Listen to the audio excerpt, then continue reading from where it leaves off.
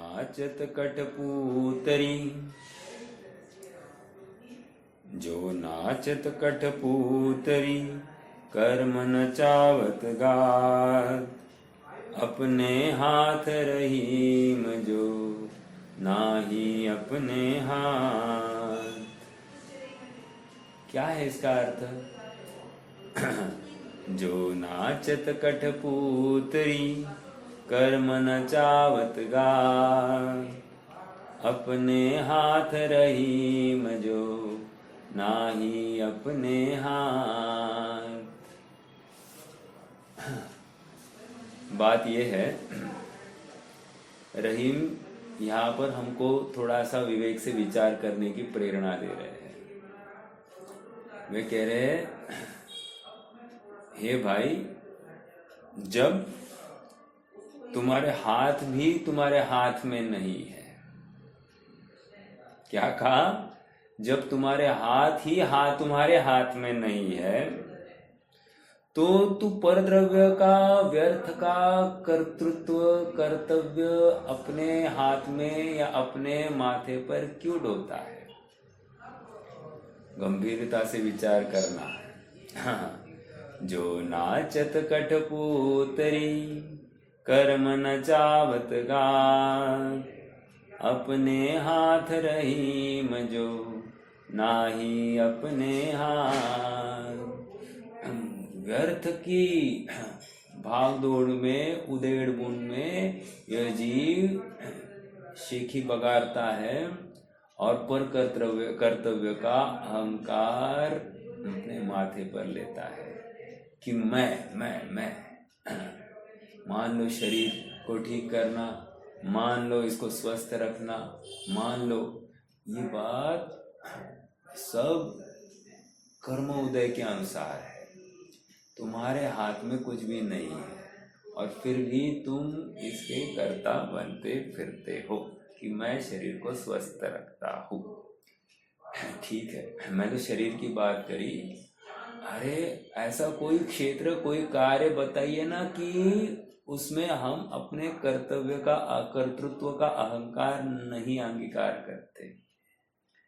हर क्रियाओं में हम अपना कर्तृत्व का अहंकार धारण करते हैं। एक छोटा सा उदाहरण देता हूं और फिर आगे बढ़ते हैं। विचार करो, एक 7th 8th क्लास में एक लड़का पढ़ रहा है और क्या होता है, थोड़ा सा गांव साइड का स्कूल है।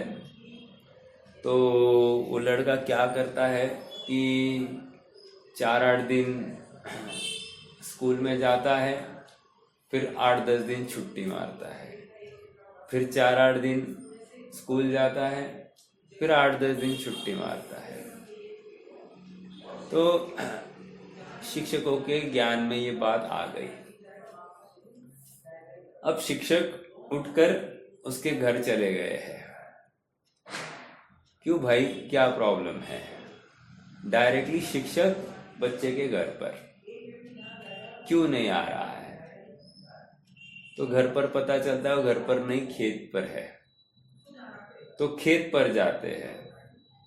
अब खेत पर जाने पर देखा कि वो हल चला रहा था और पसीने से लथपथ था।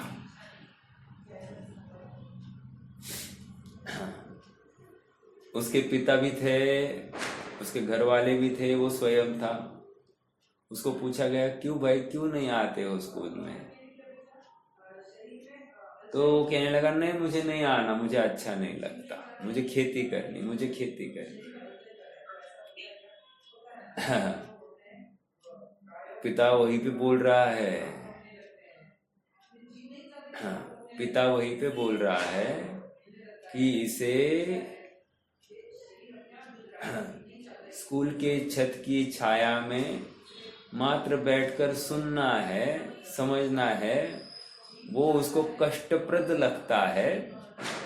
और यहाँ पर तीव्र गर्मी, धूप, छाव तो छोड़ दीजिए, पानी बरसता है कभी, घोर ठंड होती है कभी, इन सभी ऋतुओं को झेलता हुआ ये किसानी करनी है। और इतना करने, इतनी मेहनत करने के बाद भी अपने हाथ में कुछ नहीं है, सब निसर्ग के हाथ में है। निसर्ग थोड़ा सा कोपित हो गया तो है वो फसल भी खराब होने वाली है। निष्कर्ष इतना ही है कि जीव को जो सरल बात है वो सहज स्वीकार नहीं होती, और जो कठिन बात है उसी का अवलंबन करता है। उदाहरण तो शिक्षा मात्र था, उसी प्रकार अपना भी विचार कीजिए ना। हम दिन भर कितनी भाग दौड़, धूप छाव, गर्मी, बारिश सब झेलते हैं कि नहीं झेलते हैं। और झेलने के बाद में क्या है, पूरा जीवन इसी में चलता जाता है, आया दिन निकलता है, पूरा जीवन चला जाता है। अंत में खबर पड़ती, अरे इतना सब करने के बाद में भी कुछ नहीं हुआ, कितना अच्छा था ना एक शांति से अपने आत्मा की तलहटी में बैठकर आत्मा आराधना करता, ये शरीर भिन्न है, मैं भिन्न हूँ, इतना निर्णय करता, बाहर का कोई भी परद्रव्य मेरे लिए सुख दुख का कारण नहीं है, ये निर्णय करता। इस निर्णय से चूक कर दिन भर विषयों के, भोगों के, संयोगों के उधेड़ बुन में, हाँ इसको मराठी में क्या ना, धरपड़ता फिरता है। धरपड़ता मतलब क्या, यहाँ वहाँ ठोकरे खाता हुआ घूमता रहता है, हाथ कुछ भी नहीं आता है।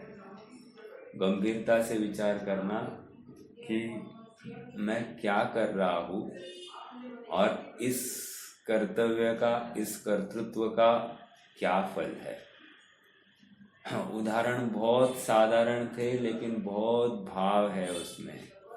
अपना जीवन में अमूलचूल परिवर्तन चाहते हैं, अपने जीवन में अमूलचूल परिवर्तन चाहते हैं तो हमको एक सच्चा निर्णय करने की आवश्यकता है। और वो निर्णय कमजोर नहीं होना, वो निर्णय एक आत्मा आराधना की भावना को लेकर होना चाहिए। चलिए आज एक गाथा आगे बढ़ना है।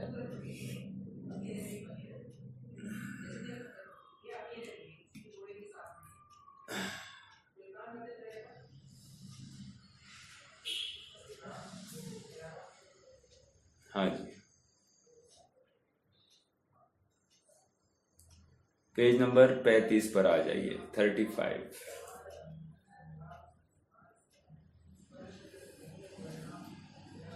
विगत गाथा में कोई सम्यक दृष्टि दीक्षार्थी मुनि दीक्षा लेता है।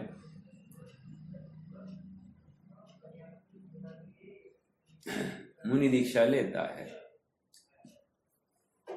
आगे तब अपने गुरु से संबंधित बातों को समझकर नग्न दिगंबर दशा धारण कर केश विंचन आदि दीक्षा संबंधी सभी प्रक्रिया को पार कर आत्मा में उपस्थित हो जाता है, आत्मलीन हो जाता है।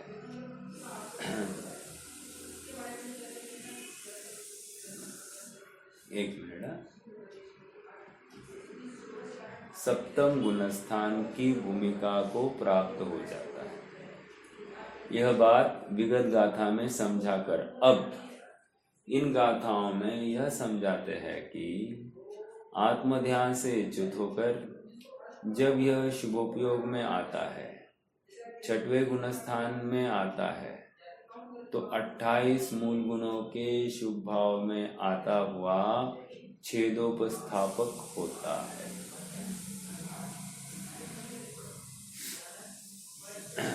मेरा प्रश्न है आप सबसे, इस गाथा में अभी तक अपन ने कुछ पढ़ा नहीं है, लेकिन जो उत्थानिका अपने सामने है, ये छेदोपस्थापक जो मुनि है, इसकी सराहना हो रही होगी या इसकी निंदा होगी? प्रश्न है।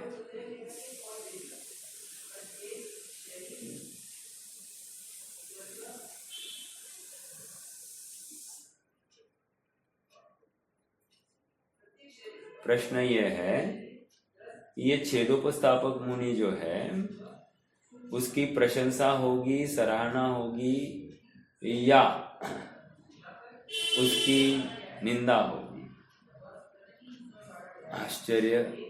मुनि अवस्था 6वां गुण स्थान आया है, कह रहे छेद किया है तुमने, छेद एंड शेम, तुम तो फटाक से आत्मा में जाओ।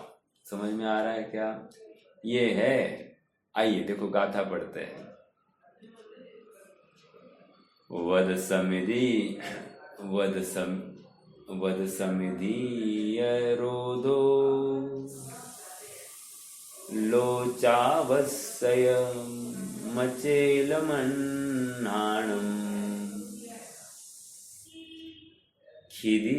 खिदि शयनं दन्तवनं खिदि भोजनमेघभत्तं च एदे खलु मूलगुणा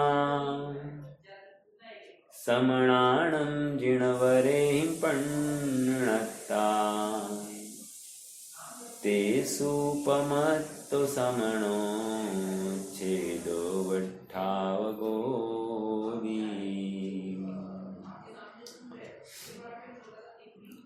व्रत समिति इंद्रिय रोधलुंचन अचेलक अस्नान व्रत नादंत धोवन शिति शयन अरखड़े हो भोजन करे। दिन में करे एक बार ही ये मूल गुण जिनवर कहे। इनमें रहे नितलीन जो छेदोपस्थापक श्रम नयन।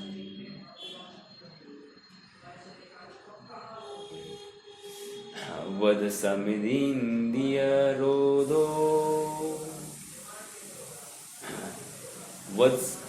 व्रत समिति इंद्रिय रोध, 3 शब्द समझ में आए। लोच, लुंचन करना, केश लुंचन।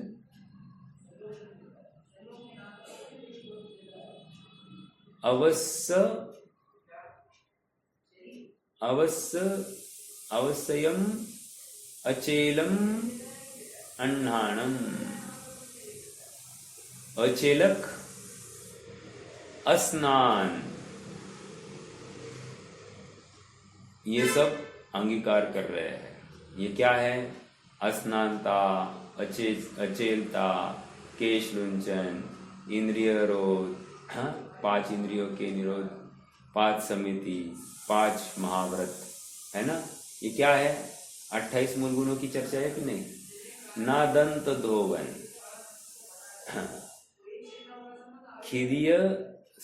कहा गया भाई? हाँ, खिदीय स्वयं अदंत वनम, दंत धोवन नहीं है। क्षिति शयन, इसको छड़ाना में क्या कहा है? रात की अंतिम प्रहरी में सोते हैं, है ना? वैसा क्षिति शयन का और अर्थ क्या है? कौन बोलेगा?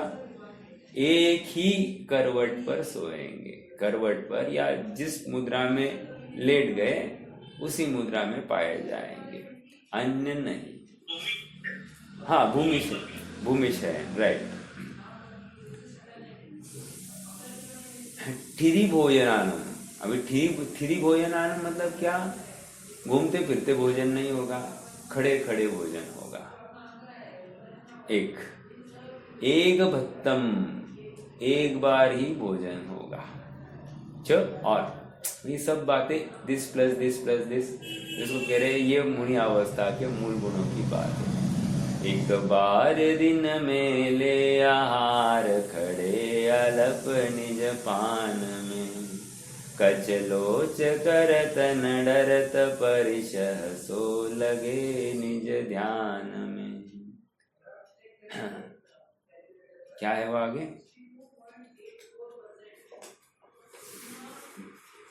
स्थिति संयम ज्ञान उपकरण, लखी के गहे लखी के धरे। चलो फिर भी बात क्या आ गई, 5 व्रत, 5 समिति और इंद्रिय निरोध, 5 इंद्रिय निरोध। एक्चुअली समिति की बात नहीं है, ठीक है। चलो 5 समिति, 5 इंद्रियों के निरोध, केशलोच, अचेलकता, अस्नानता, क्षितिशयन मतलब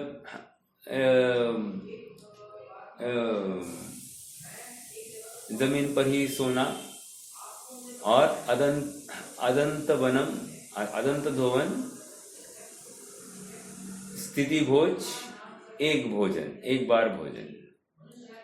कितने हो गए हैं ये 7 आ गए क्या यहाँ पर, 7 और ये 6 नहीं ना, 6 आवश्यक नहीं लिए खाली, ठीक है।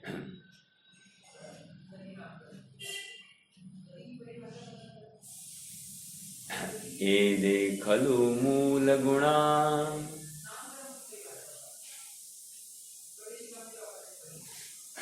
दिन में करे ही ये मूल गुण जिनवर, एदे एदे ये सब क्या है, मूल गुण।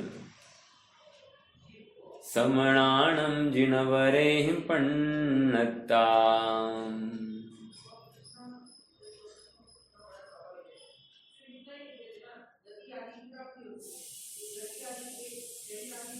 अर्थात समणाणम मतलब श्रमणों को ये मूल गुण जिनवर ने कहे हैं।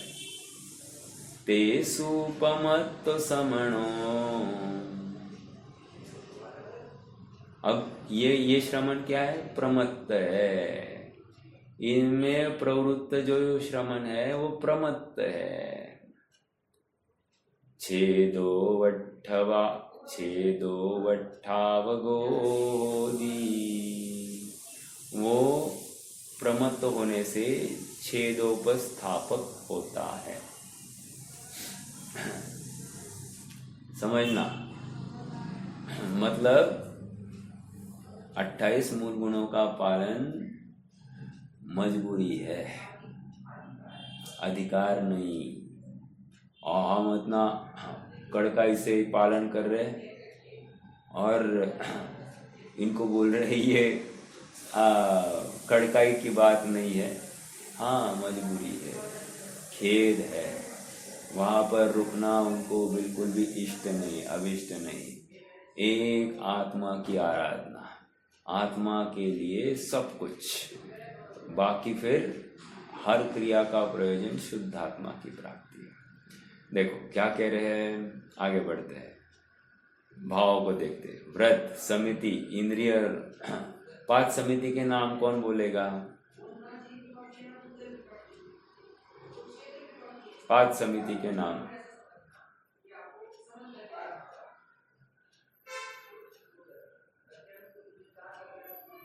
कोई नहीं।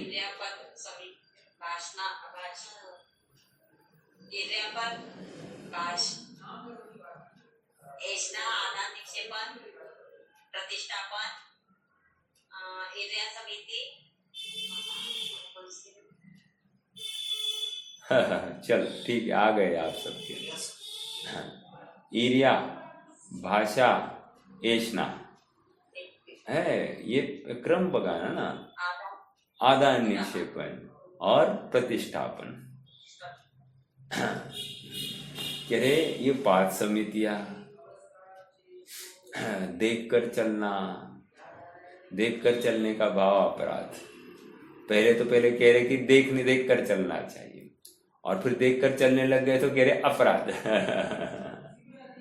छेदोपस्थापित हो गया है।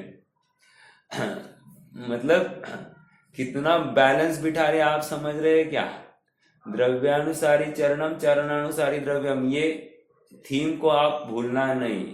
अगर आप थीम को भूल जाओगे तो आचार्य के भाव को, मंतव्य को आप पकड़ नहीं पाओगे। हाँ प्रयोजन, हाँ बोलिए। आपने बताया हाँ 3 गुप्ती। नहीं, एक्चुअली वो गर्भित समझ लिया गया है समिति में। आप, हाँ, प्रवचन सार में, सॉरी, मोक्ष में प्रकाशक में आया ना, गुप्ती होती है निवृत्ति परक और समिति होती है प्रवृत्ति परक। तो बस उसकी अपेक्षा से लिया गया है। क्या कह रहे थे अपन? हाँ, पाद समिति, मतलब ये पाद समिति महाव्रतों को अंगीकार करना साधारण बात नहीं है। और कह रही है छेदोपस्थापना लो। तो सच्चा महाव्रत क्या है? आत्मस्थिरता। सच्ची समिति क्या है? आत्मस्थिरता। समझ में आ रहा है? अर्थात अपने सामायिक में स्थित जो उपयोग है वही सत्यार्थ है, वही आचरण योग्य है। बाकी ये सब जो स्थान बताए गए हैं वो रुकने के स्थान नहीं है, बस थोड़े देर के लिए आश्रय लिया है, क्योंकि अंदर नहीं जा पा रहा था। अंदर जाने के लिए इनका अवलंबन है। कैसा, और वो कितना एक स्यादवाद शैली से बैलेंस बिठाया, आप देखिए तो सही। कह रहे ना, ये सब तुमने महाव्रत का घात किया है, तुम प्रमत्त हो। प्रमत्त गाली है ये। प्रमत्त मतलब क्या? प्रमत्त का अर्थ आया है शास्त्रों में, कुशलेषु अनादर, कुशल कार्य का अनादर किया। ओ, कुशल कार्य का अनादर, व्हाट इज कुशल कार्य? फिर कुशल कार्य मतलब आत्मा आराधना, आत्मा में तल्लीनता, अपने यह मैं हूं ऐसा नक्की करके यह शरीर मैं हूं ये भूल जाना।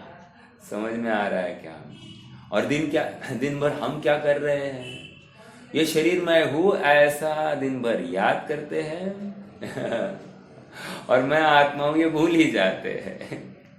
इसलिए आज जो प्रारंभ किया मैंने वो रहीम का दुआ बहुत मार्मिक। जो नाचत कठपुतरी कर्म नचावत गान, अपने हाथ रहीम जो नाही अपने हाथ। जो शेखी बगाड़ रहा है, मैंने किया, ऐसा करना चाहिए, वैसा करना चाहिए। हे भाई, तू भूल गया तू कौन है? तू भूल गयो भगवान, आखिर मरणो रे। वहां तो मरने की बात की है, लेकिन तू भगवान है, तू ये भूल गया। समझ में आ रहा है?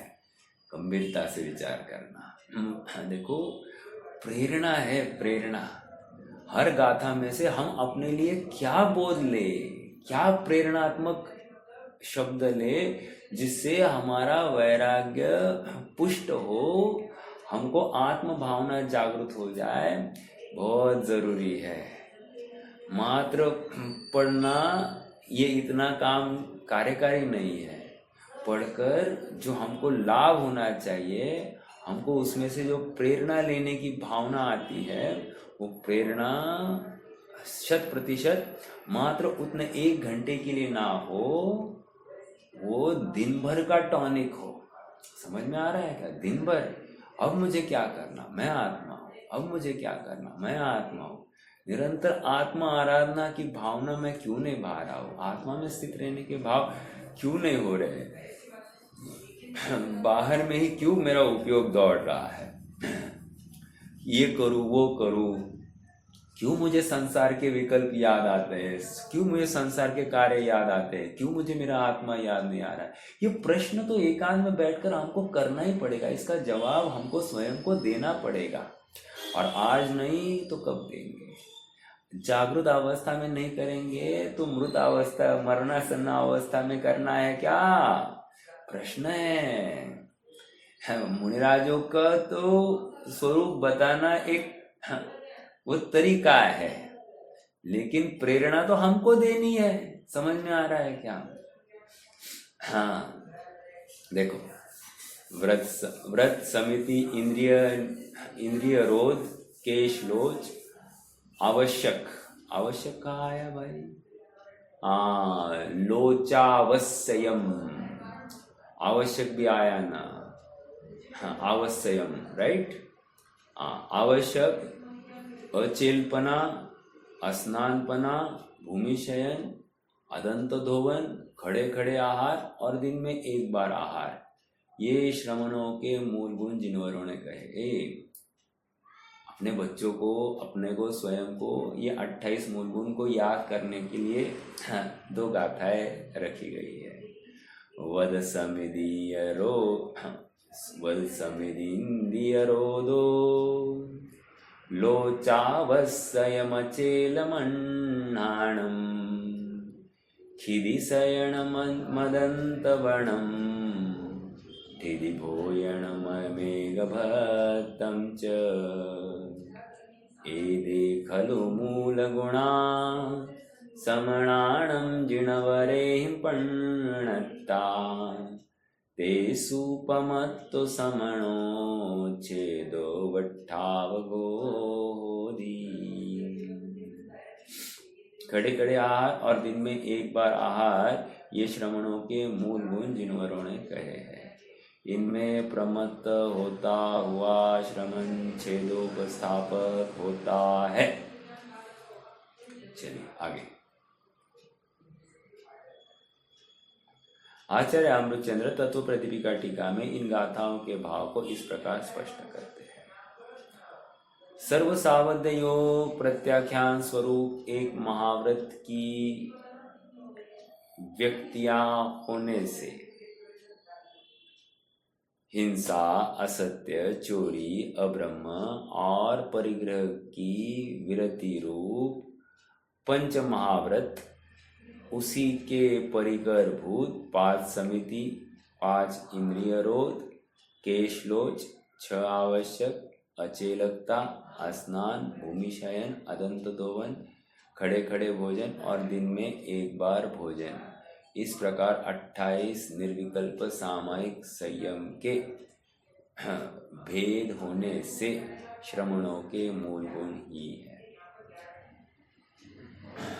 देखिए मूल क्या है कह रहे हैं? मूल 5 महाव्रत है और उनका परिकर क्या है? उनका परिकर कह रहे 5 समिति, 5 इंद्रिय रोध, केशलोच, 6 आवश्यक, अचेरकता, स्नानता, भूमिशयन, अदंत दोवन, खड़े खड़े भोजन, ये सब क्या है? उनका परिकर है। मूल क्या है? 5 महाव्रत। इसलिए आप तत्वार सूत्र में 5 व्रतों की भावनाएं और उनके अतिचार के प्रकरण को आपने अगर अच्छे से पढ़ा होगा, याद होगा, तो आप भावनाओं में भी ना, चोरी करना मतलब क्या? एक मान लो चोरी का अतिचार क्या कह रहे हैं कि गरिष्ठ भोजन किया, ये मेरे ख्याल से ब्रह्मचर्य महाव्रत का अतिचार। और क्या है? चोरी में भी आया है, हिंसा में भी आया है। हिंसा में भी बिना देखा भोजन किया, अति आसक्ति पूर्वक किया, सब बातें आई है। मुझे तो क्या कहना है? मुझे ये कहना है कि एक व्रत का रूप दूसरे व्रत में है।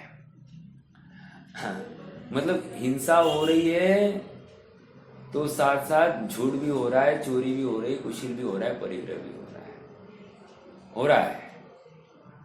मतलब रूप एक का दूसरे में बहुलतया दिखेगा ही दिखेगा। और कह रहे ये 5 महाव्रतों की रक्षा के लिए वो 23 शील व्रत है और सबको मिलकर फिर मूल गुण कहा गया है। और इतना ही काफी नहीं था तो 84 लाख उत्तर गुण भी खड़े कर दिए। क्यों?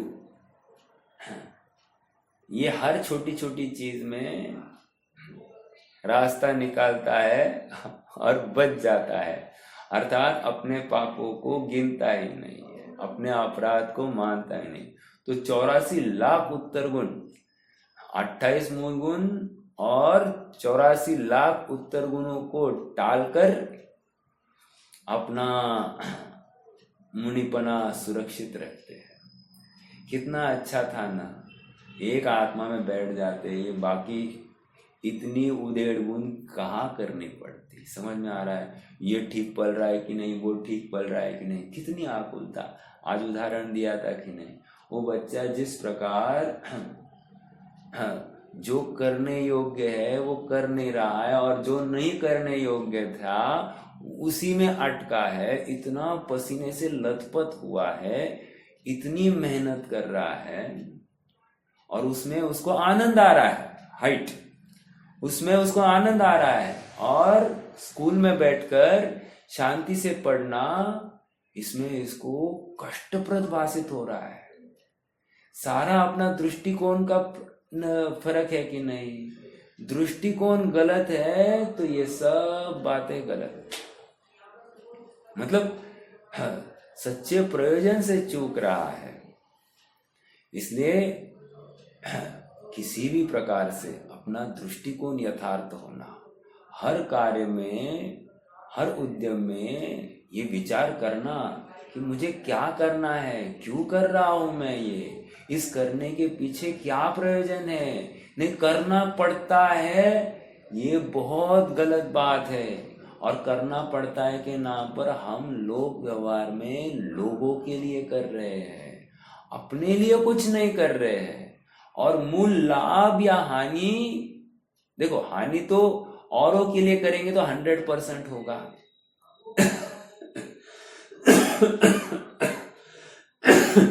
लेकिन अपने लिए करेंगे तो लाभ होगा कि नहीं होगा। तो यहां पर स्वार्थी बनना है। औरों का क्या होगा, और बुरे मानेंगे नहीं मानेंगे वो तो आगे की बात है, लेकिन अपने लिए कुछ न कुछ करना ही चाहिए।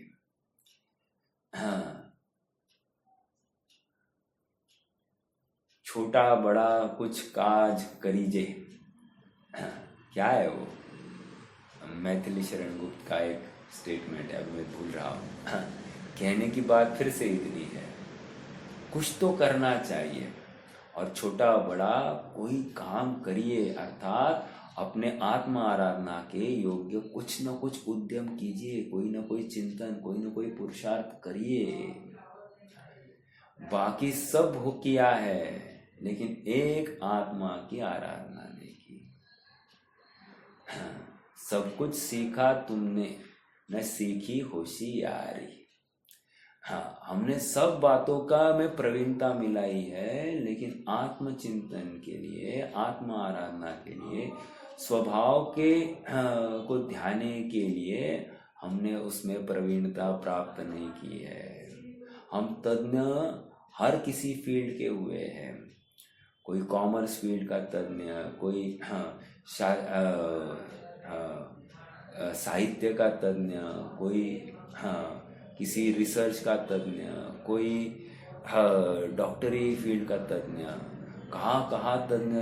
और इतना ही नहीं, स्पेस साइंस में कोई तज्ञ हुआ है, कोई आर्टिफिशियल इंटेलिजेंस में तज्ञ हुआ है, लेकिन आश्चर्य की बात कोई आपने आत्म आराधना में तज्ञ नहीं होना चाहता है, जबकि वो सर्वोत्कृष्ट अपना फ्यूचर नक्की करने वाला है। चलिए विचार कीजिए, जब श्रमण निर्विकल्प सामायिक संयम में आरूढ़ता के कारण, जिसमें विकल्पों का अभ्यास नहीं है, ऐसी दशा से च्युत होते हैं।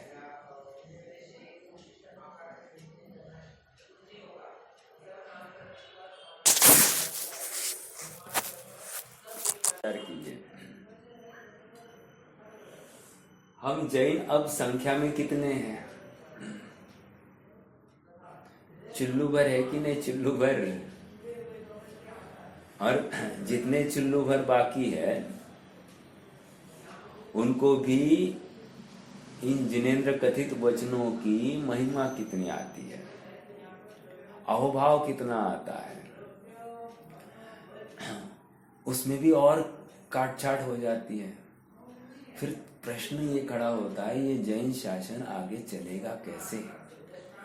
हम और आप में से ही कोई आगे खड़ा हुआ नहीं, इस धर्म की ध्वजा को अंगीकार किया नहीं, तो कार्य कैसे होगा? और धर्म की ध्वजा को अंगीकार करना इतनी सी बात नहीं है। अपने आश्रित या अपने परिकर को भी समृद्ध करना, अर्थात कोई आगे इस बैटन को पकड़े, इस ध्वजा को पकड़े और इस मार्ग को आगे ले जाए, औरों के लिए एक मार्गदर्शक बन जाए, ऐसा कोई ना कोई होना कि नहीं होना। और जरूर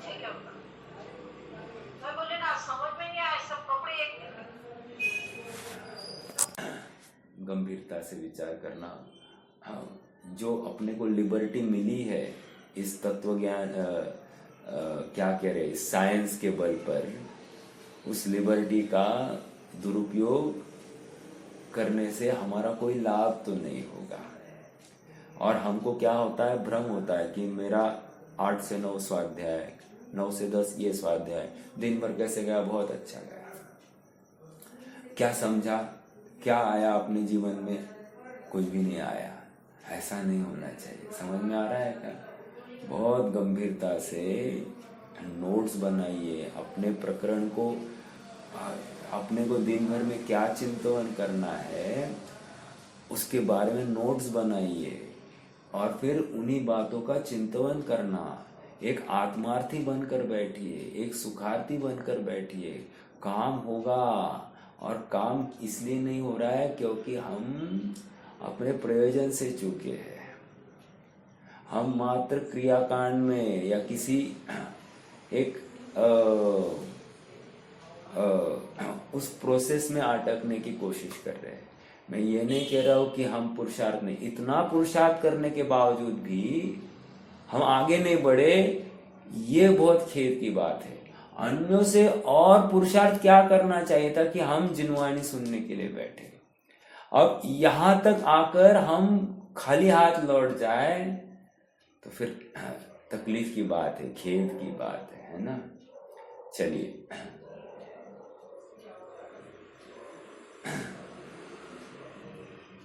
कहा गया भाई?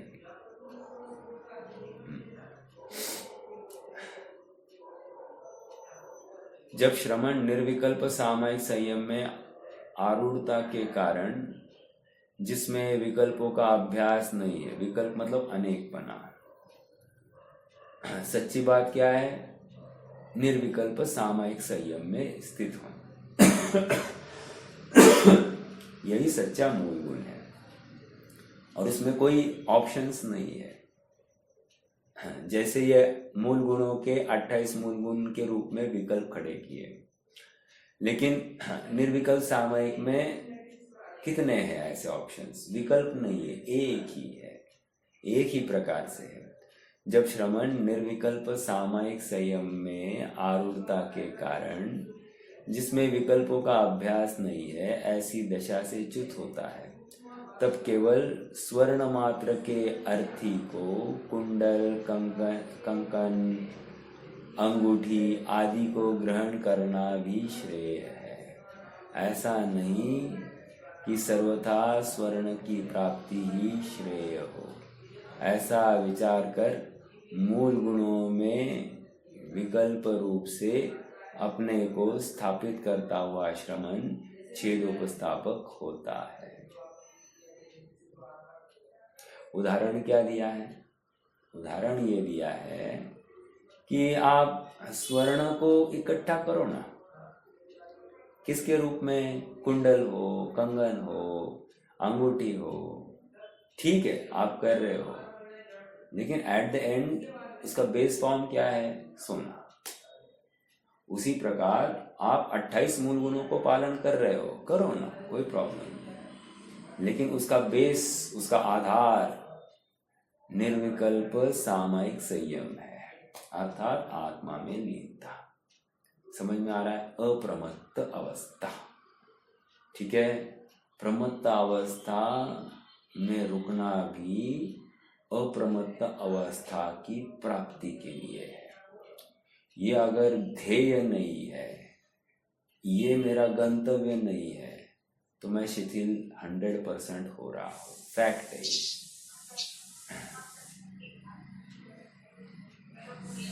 अनिता पाटील, तुमचा माइक म्यूट करा ना।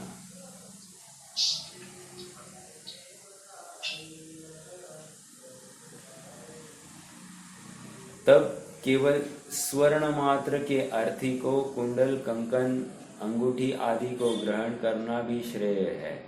ऐसा नहीं है कि सर्वथा स्वर्ण की प्राप्ति ही श्रेय हो।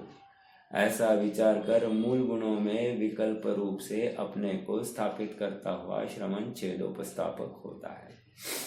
आचार्य जयसेन तात्पर्य वृत्ति टीका में इन गाथाओं के भाव को न केवल तत्व प्रदीपिका के समान ही स्पष्ट करते हैं, अपितु उदाहरण वही स्वर्ण और कुंडल आदि का ही देते हैं। कविवर वृंदावन दास जी, चलो पढ़ते हैं इनका क्या कह रहे हैं, देखते हैं।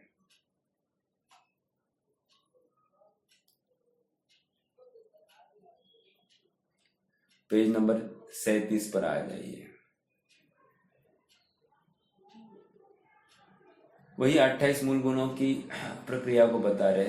5 महाव्रत, 5 समिति का पालन और पंचेंद्रियों का निरोध करना। ये पंचेंद्रिय का निरोध करना मतलब क्या?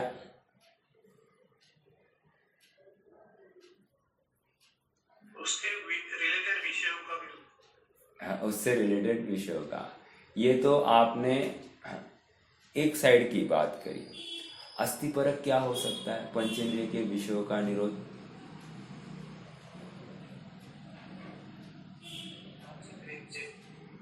पांच इंद्रिय विजय, अरे अतीन्द्रिय स्वरूप में लीन होना। मैं इंद्रिया वाला हूं ये भूल जाना और अतीन्द्रिय स्वभाव में लीन हो जाना। बस अपने आप पंचेंद्रिय का निग्रह हो जाएगा, उनके विषयों का भी निग्रह हो जाएगा। देखो, हर प्रकरण में आत्मा देखने की कोशिश करनी है हमको। जैसे हिंसा नहीं करना, राइट? तो इसको मारो नहीं, इसको मारो नहीं, इसको मारो नहीं। अरे आत्मा में बैठू, हिंसा अपने आप टूट जाएगी। समझ में आ रहा है क्या? अप्रादुर्भाव खलु रागादीनाम भवत्ते हिंसेति तेषामेवोत्पत्ति हिंसेति जिनागमस्य संक्षेप। अब ये हिंसा के बदले आप 28 मुनमुन लगा देना, बस हिंसा को हटा देना, और मतलब उस शब्द के बदले तो बाकी सब हो रहा है। तो बाहर में प्रवृत्ति ये हिंसा, क्या कहा? बाहर में अप्रादुर्भाव खलु रागादीनाम। अरे आत्मा के बाहर उपयोग आया है तो राग के बिना नहीं हो सकता। आत्मा में स्थित होना ही अराग अवस्था है, निराग अवस्था है। समझ में आ रहा है? और ये अपराध भासित होना चाहिए, और ऐसा अपराध मुनिराज जो 3 कषाय चौकड़ी के अभाव में जो सुख, स्थिरता की जन सुख भोग रहे हैं, वे अपने को अपराधी देख रहे हैं। अब वे देख रहे हैं तो हमारी बात ही क्या? विचार करना, हमको ऐसा अपराध बोध होता है क्या? हमको अपराध बोध होना चाहिए। हम जो कर रहे हैं, दिन भर जो क्रियाकलापों में अटके हैं और उससे अपना हित होने की कल्पना, व्यर्थ के व्यामों में अटके हैं, वो त्याग देनी चाहिए। अत्यंत अत्यंत कटिबद्ध होना चाहिए अपने आत्मा आराधना के लिए। यह विधि गए न मिले जो सुमणि उदधि समानी। यह हीरे जैसा मनुष्य भव अब यदि फिर से संसार समुद्र में फेंका गया तो दोबारा मिलने की संभावना ही नहीं है।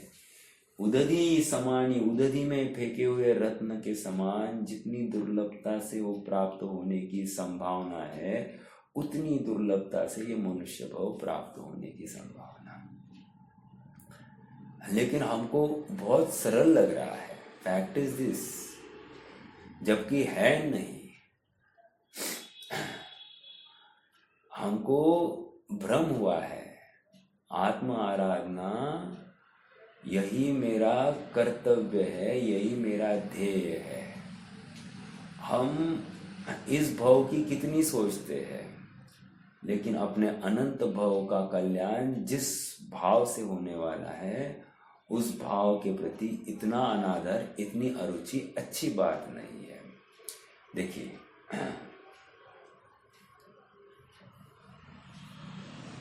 हाँ, पंचेंद्रिय का निरोध करना, केश लुंचन करना, 6 आवश्यक क्रियाओं का पालन करना, वस्त्रों का त्याग करना। एक प्रश्न है आप सबसे, मुनिराज को देव दर्शन का नियम है कि नहीं है? नहीं है नवीन। नहीं है, राइट, वेरी गुड। चलिए,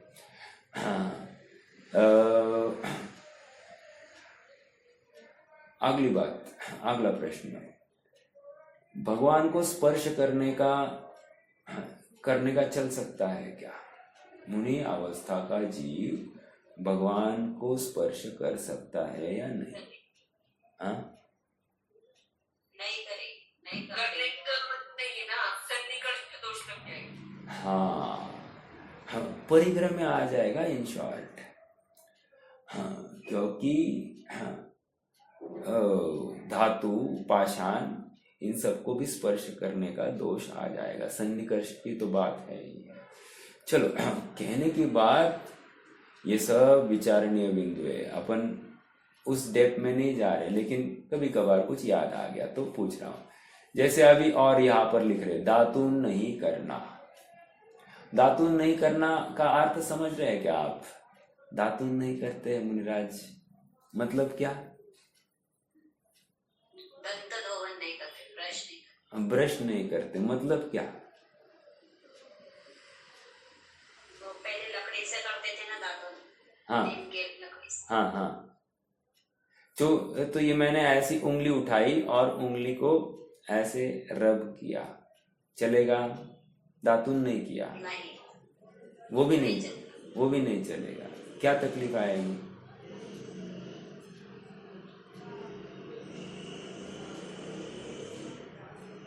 उसमें भी हिंसा का दोष लगेगा। क्या हिंसा हुई? श्रृंगार का दोष है। श्रृंगार का दोष है, गुड, ओके। देखो, दो बातें लगाएंगे यहाँ पर।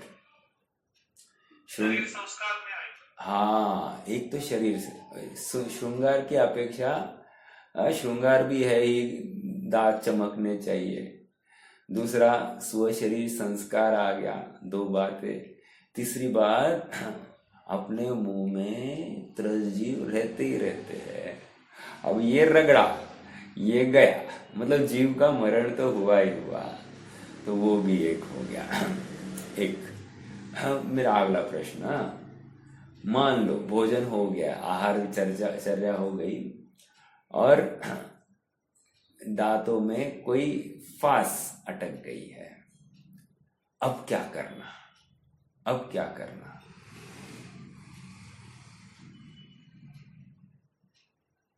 कितनी इरिटेट करती है ना। थोड़ा सा मैं ये क्यों भाव भाषण करा रहा हूं कि उसका विकल्प नहीं करना। आत्मा दिख रहा है उनको, शरीर नहीं दिख रहा है, और फांस अटकी है। मान लो दांत में सड़न भी हो गई होगी, हो सकता है कि नहीं, होने को क्या है, कुछ भी हो सकता है, परिस्थिति कुछ भी हो सकती है। नहीं सड़न हो गई है, कदाचित कैल्शियम की कमी से दांत में वो ताकत ही नहीं होगी, ऐसा हो सकता है क्या?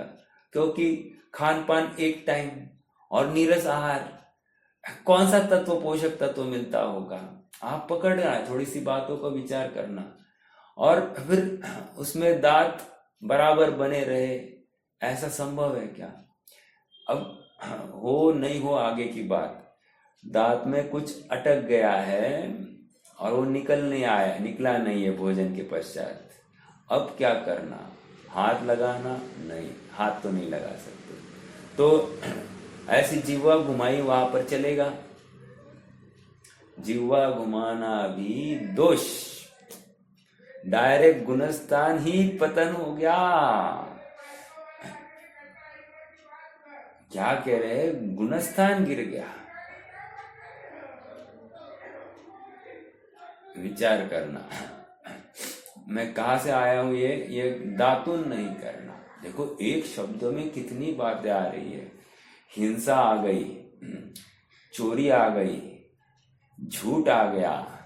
समझ में आ रहा है? झूठ कैसे आया? भगवान ने कहा आत्मा में लीन होना, और तुम शरीर की श्रृंगार में लगे। परिग्रह हो गया, श्रृंगार में आ गया ना, मतलब स्व शरीर संस्कार आया, श्रृंगार भी आ ही गया, सुंदर दिखने की भावना होगी, ऐसा भी कुछ हो सकता है। कहने की बात, ये सब पूर्व भूमिका में ही अभ्यस्त होना चाहिए। इसलिए जो प्रोषद व्रत की बात आ रही है, हफ्ते में 2 दिन वहां पर टाइम पास करने के लिए नहीं गया है, वो अभ्यास कर रहा है, स्वयं को आजमा रहा है। मेरी अब क्या हो रही है, मतलब मुझे घर वाले कितने याद आते हैं, चलो घर वाले याद नहीं आ रहे, धंधा कितना याद आ रहा है, नहीं याद आ रहा है। चलो मुझे किसी का लेन देन होगा, वो कितना याद आ रहा है, नहीं याद आ रहा है। ये शरीर ठीक नहीं है, यहाँ पर कुछ प्रॉब्लम है, ये कितना याद आ रहा है, नहीं याद आ रहा है। मतलब हर चीज के पीछे आत्मा ही दिख रहा है क्या? मुझे तो ये दिख रहा है। जिसको आत्मा दिख रहा है, बाकी सब बातें गौण हो जाती है। बाकी का मैं इतना सब ऑप्शंस खड़े कर रहा हूं, एकमात्र आत्मा, उसके अगेंस्ट आत्मा। अगर ये दिख रहा है तो आत्मा नहीं दिख रहा है, इतनी सी बात है। कोई भी ऑप्शन खड़ा करो, ये दिख रहा है तो आत्मा नहीं दिख रहा है। हाँ बोलिए ना।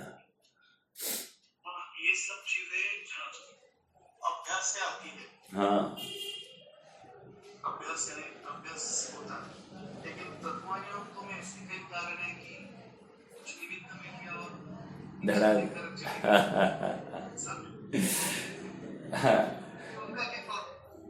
नहीं, बराबर है।